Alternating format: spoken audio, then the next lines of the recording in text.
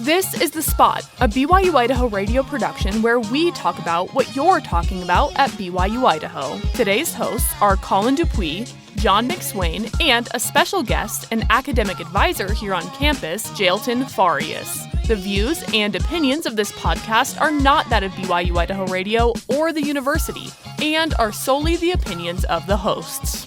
We're talking today about the best flow of classes and really how many credits is really recommended to take in order to work.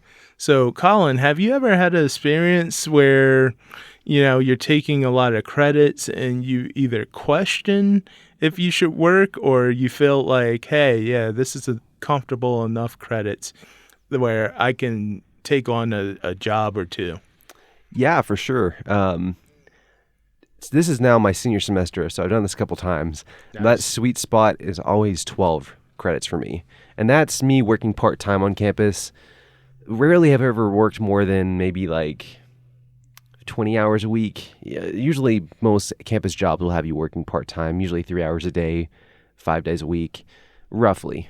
Sometimes it changes. But with a schedule like that, I've noticed 12 credits is a really good medium where I'm not constantly busy, but I'm pretty steady, got homework to do. A lot of it, too, depends on your classes, but I think 12 is that sweet spot. I've done 13, maybe sometimes 14, but sometimes it gets a little busy. If you can keep it at 12 while working part-time, for me, that's been perfect. Nice. Yeah, I agree to that. This is my first semester actually working. So it started off at 12, but then it just went up 13. Right. And I felt like, that was a comfortable range for me to, have credits and still work. Jailton, can you just tell us, you've probably had experience with students coming in and asking you the recommended credits, right?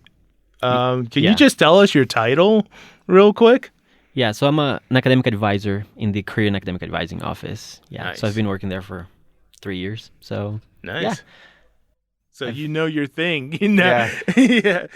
Give us some advice, what you think is the I guess comfortable or right amount of credits to register for and still be a full-time or part-time student. Sweet. Yeah, technically to be a full-time student, you have to be taking at least 12 credits. So if you want to keep that status and if you need that for scholarships and stuff, you just have to make sure you're taking 12. But like you guys said, I usually suggest students to go up to 14 max if they have a job. Like you guys, I have a part-time job on campus, and I usually take a little bit more than that because I'm used to it. But I usually don't recommend people taking 16 credits, even though I've done it in the past. So it's a lot about knowing yourself. Some students, they thrive having a part-time job and taking 16 credits. Some others, doing 12 is just enough. So it's a matter of knowing yourself. So you can do a semester test kind of thing. Hey, this semester I'm going to sign up for 16 credits and have a 20-hour-a-week job. And if it's too much, then as long as you're paying attention to the deadlines, you can drop those courses and then keep 12 and see if that's the best scenario for you. Yeah, because I think it was last semester. I was at 13 credits, and I had done it before, and I literally just done it the semester before, and I was like, I think I can do it. But the classes that I was just taking at the time, they just didn't mesh super well. And eventually, I just had to drop one, and it put me down to technically I was at 13 credits, so at that point I was at 10. So I was a little bit under what's normal. It was actually my off track anyways. It was a fall semester, so it worked out in my favor. It worked out just fine. But it does depend a lot of times on the classes as well. I think you would agree.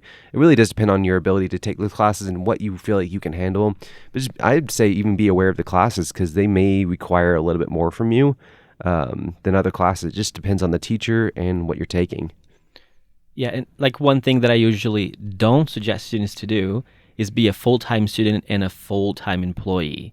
That's really scary. I've known people who did that, but they're usually crazy busy, and it's a super stressful situation. They're usually working nights, and that's exactly tough. I've seen students that they take like 16, 17 credits and working nights.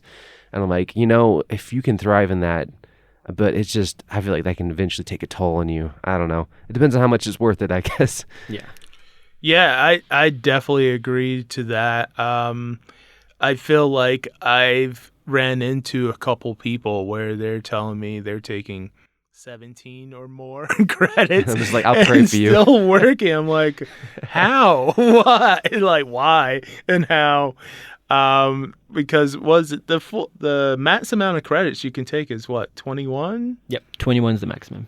I just really can't imagine doing 21. I can't fathom that. Why? Like, I get it. Like, you're trying to complete, Right. your semesters and get the, your major or whatever, your bachelor's, your degree. But I just think you can overwhelm yourself really quickly. Right. Have you seen any students come through that are like, I want to do that. I want to do the full amount? I did. And then I saw their grad planners, for example, and it's like 21. I was like, is this your actual plan? I hope it's not. I hope it's not. My goodness. I was like, I'm sure you've seen it at least once or twice, but I was like, oh, man, you'd love to meet those people. I'm like, wow, how are you so different from me? It's like, you're a little psychotic. It's like, what are you doing? Yeah, that's wild to me. Yeah. So what are the jobs, in your experience, that you feel like you can take on? Like, is it more on campus jobs or like anything in the community, anything closer? Or Yeah. what do you recommend, I should say? Try to get a campus job if you can. Depending on when you like to take classes, there's some jobs on campus that are really hard, like early morning custodial. It's tough, but you get done at, I think, at like 7 o'clock in the morning. Yeah, 7:30 in the morning. And then you pretty much have your whole day open for classes. You made your money in the morning, and then you just have your day for classes.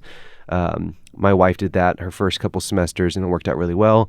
I also got a job once in the evening. So I think we worked from like 5 to 8 or something like that. It was a evening shift doing custodial work. A lot of custodial shifts can be like early morning or late night.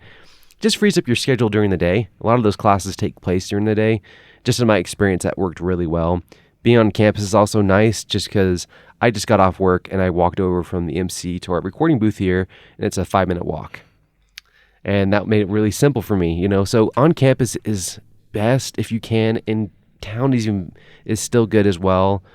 Idaho Falls is not recommended, in my opinion. I've seen that be pretty tough for people. Yeah. What about you, Jelton?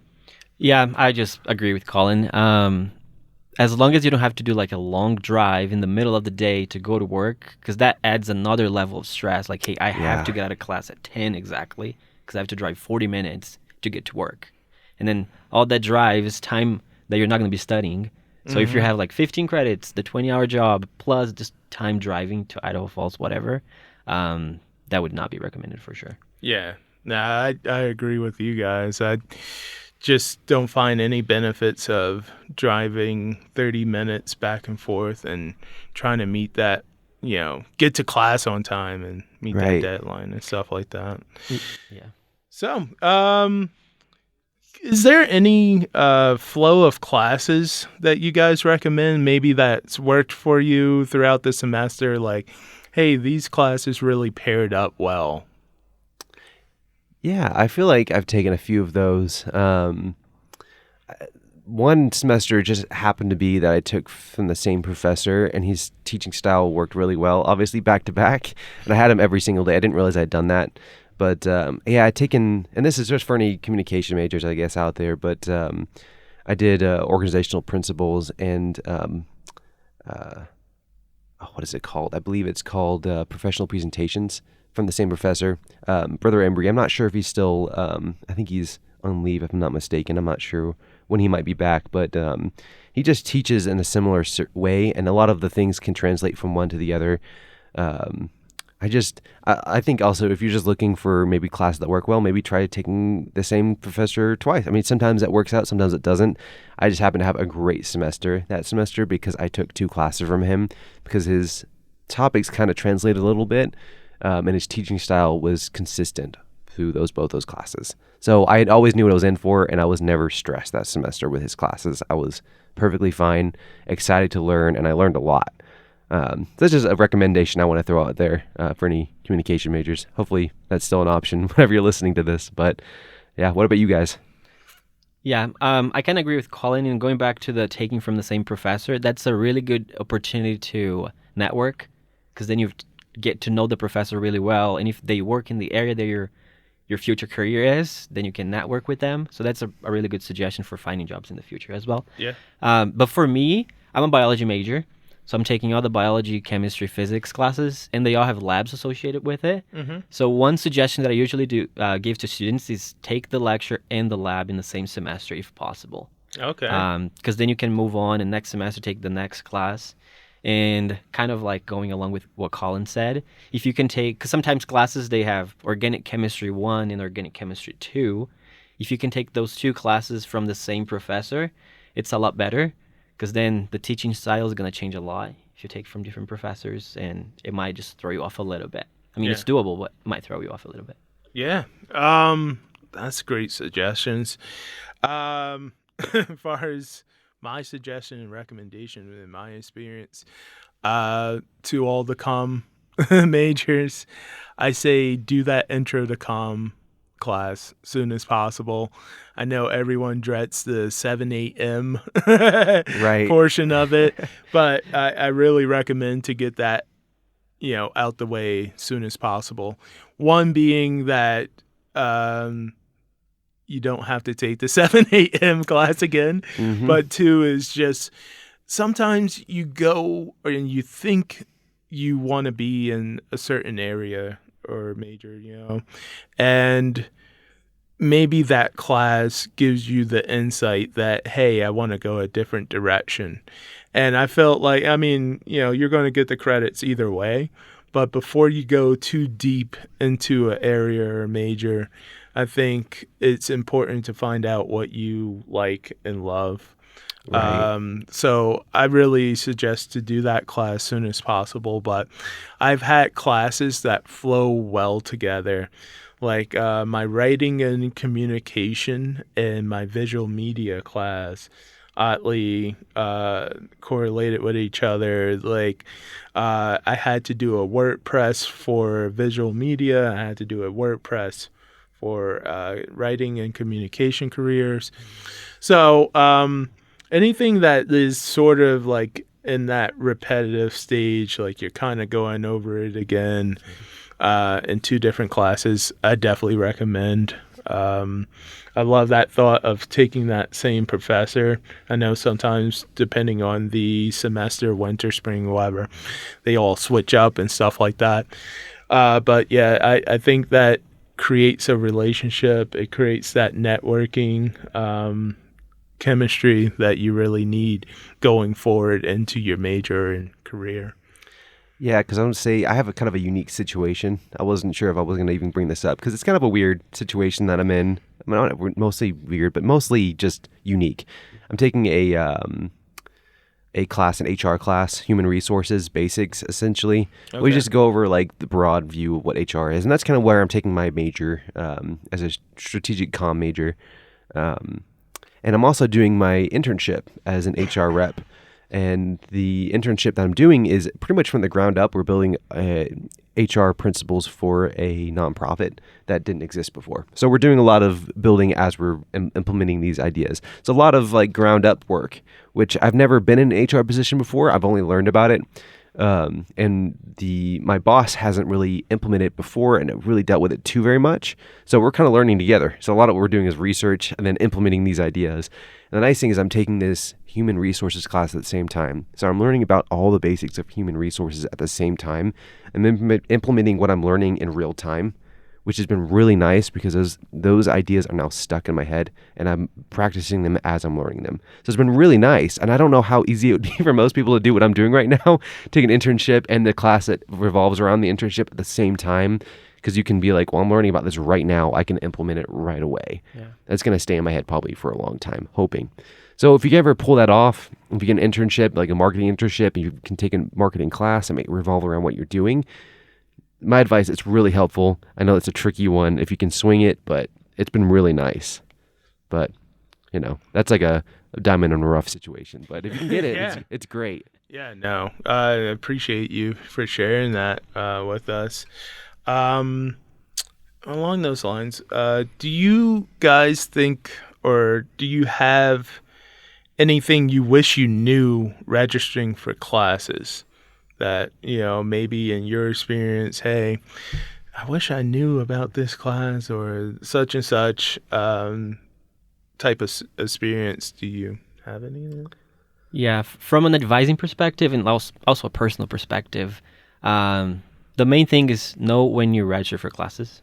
That's on the BYU portal. Deadline. It tells you when it's going to be open, if it's at 6 a.m., if it's at 4 p.m. That's like a little thing that you're supposed to know. Also, if you're already meeting the prerequisites for that class, because you might be thinking, oh, I'm going to take this COM 300 level class, but you don't have the prerequisites for it, and it just throws you off and you have to change your course schedule. So personally, one thing that I do, I look at the registration system way before registration's open, and I make a tentative schedule. Like, oh, I'm going to take these classes, that's going to be my time, and that's the time that I can work next semester kind of thing. And it helps me a lot because when registration opens at 6 a.m., I know exactly what classes I'm going to add. But yeah, besides that, if you can talk to people who have taken the classes you're going to take, that's really helpful. Because then you can know, okay, I should be expecting to spend like a lot of time reading textbooks this semester, whereas some other classes might not require that. So you can kind of see if you can take a little bit more credits this next semester because you're not going to be in class a lot or you're not going to be reading textbooks a lot, if that makes sense. Yeah, I actually do that every semester too. I actually didn't at first. My wife kind of taught me that. She's like literally a week before you register, just go through and see what's still available, what classes you want to take, and then make a tentative schedule. And then, as soon as midnight hits or whenever you reserve, like 6 in the morning, you just jump on and you have the classes and you just search them really quickly. You can get registered in like 5 minutes if you keep it concise. I do also have like a checklist that I go by as well as I'm doing that a week in advance, usually looking at the classes. I feel bad even bringing this up. Rate my professor. Yeah. It's consistently worked. Every once in a while, I'll kind of get led astray by it, but it's rarely that it ever does. Usually it works out pretty well. But I usually look at, before I register for classes, like who's teaching it, right? And then also where are they teaching it, because that can be very important. Trying to make sure that you're not running all over campus in a crazy, like if you have a class in the morning from like 9 o'clock in the Sporey, and then all of a sudden you have one in the Hinckley at like, 10:15, and then another one in the Sporey at like 11:30, and you're like running back and forth all day long. You're going to get tired and you're going to be exhausted, and especially if you don't have a lunch, you're going to be hungry and tired. Yeah, just be careful where you're scheduling and be aware of that. Like, open up a map. If you're new, just be like, all right, well, where's the Hinckley building? It's like, oh man, I got to run all the way over there. Maybe I should look at a different location for this class, or maybe not schedule this on the semester. Just be aware of where you're running around, especially in the winter. Exactly. That's rough. Yeah, I feel that is really important. I think now I know I have more sense to do so. But like you were just saying, like if you have a class in different various of areas of the university and campus, just make sure you're timely scheduling that. Also related to that is the parking zones. Really you should look into that before that semester even starts. See where you're going to be most of the day. Generally, like if you're really in the Sporey, if you're in the Hinckley area, just see what zones work for you, just so you're not going too crazy of running around too much. That's if you drive, of course. I almost forgot about that. I got spoiled. My wife works on campus, and we have one car, so I have A parking. So I'm like a spoiled brat, parking wherever I want. So I'm like, that used to be a thing, though. I used to look and be like, well, if I'm in the Sporey all the time, then maybe I should get north parking. Or if I'm like, I'm not even going to be on that side of campus, I'll just get south. Like, depending on where you're going to go, maybe based off your classes, choose your parking pass wisely, because otherwise you're going to be parking so far away, it may be worth it just to walk wherever you live. So just be aware of that, too. That's a really good point. Yeah, it's great. And also, I don't know, Jalton, you can correct me. I don't know what it's officially called, but I know that some classes have it where they start in the middle of the semester and some in the beginning, but it ends at the middle of the semester. I don't know what they're called, but I did that for my first semester on campus, and I didn't realize it. Like, it was that I just thought it was a 2-hour class just because. But like, then the teacher's like, yeah, we only have 2 more weeks of this class. I'm like, what?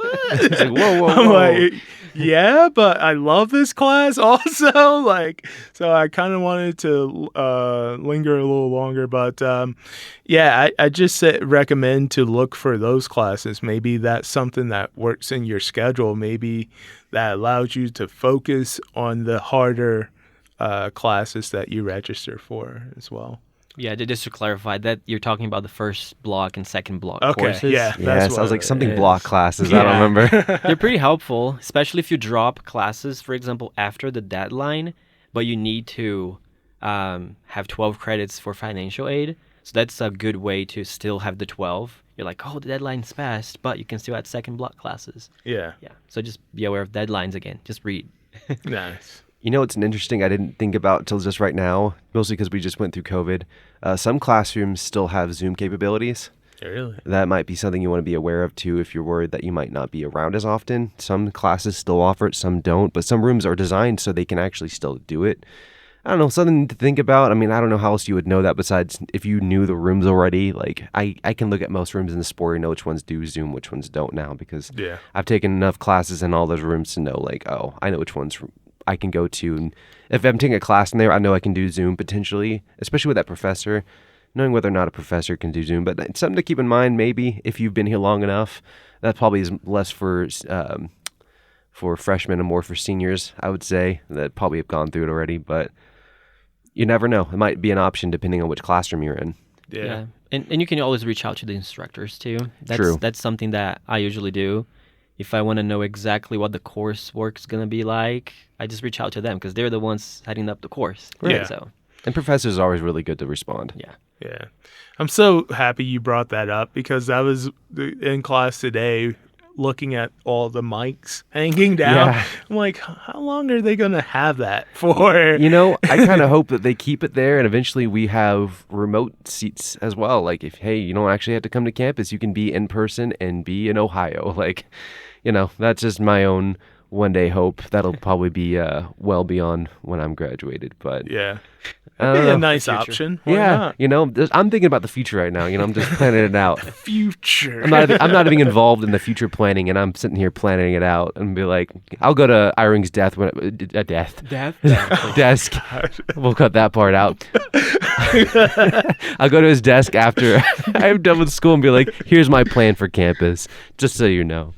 Not his death. Gosh.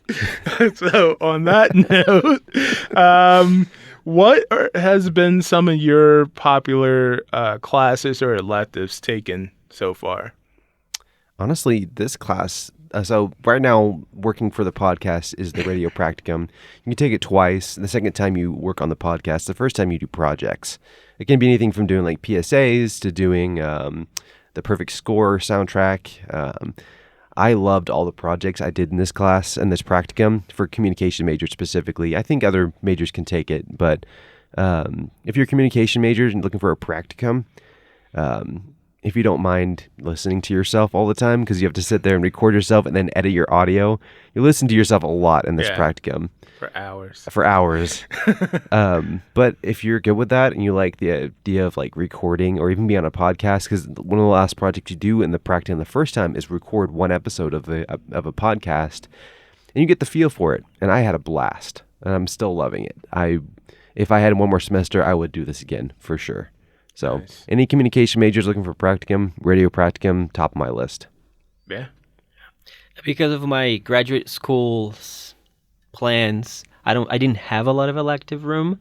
So the ones that I took were like, I remember taking an intro to French class, not intro to French, introduction, the first French class, French 101. Yeah. And that was my elective, and I loved it. I loved the teacher. I loved just learning French because I really like learning new languages. And so that was really good for me. But one thing that I always tell students is that they don't have to just take random classes. Sometimes they just come like, hey, I need to take electives to graduate. I just don't know what to take. Can I just take random classes? I'm like, technically you can take whatever you want. You can take rock climbing if you want. It might be a fun class. But you can also just focus those elective credits to something that you want to improve on. Yeah. So you can add a certificate and do like a personal training certificate, and then you're going to have that piece of paper as well. So just be smart. Use your electives wisely. Just don't take random courses that are not going to add anything to you. So. Oh, I love that advice, man. Do we have a rock climbing? We do have a rock climbing class. Wow. I sometimes, crazy. as a senior, I realized I wasted mine. And I was like, oh, there are so many cool things you could have done. I would recommend going and talking to advising because they'll know better than... as someone who did not know better, they know better. Yeah, exactly. They know what you can take. They have a lot of information. So, yeah, go hit them up. Yeah.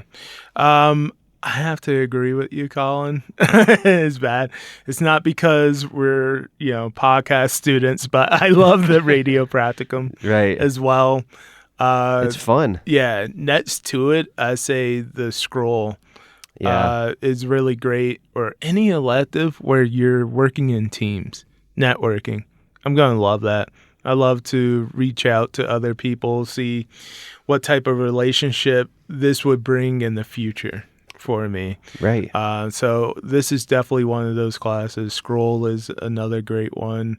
I know there's tons of other practicums I haven't, or electives I haven't even reached yet. So I'm looking forward to it, and I really appreciate that suggestion.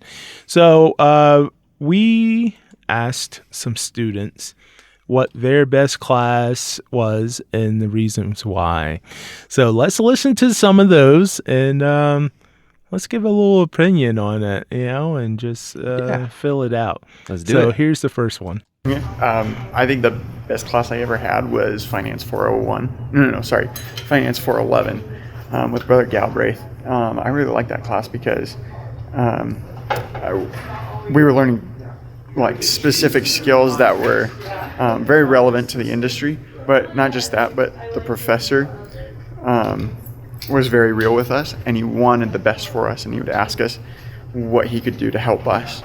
And just overall, the professor would work one-on-one with us. So that's what made the class the best for me.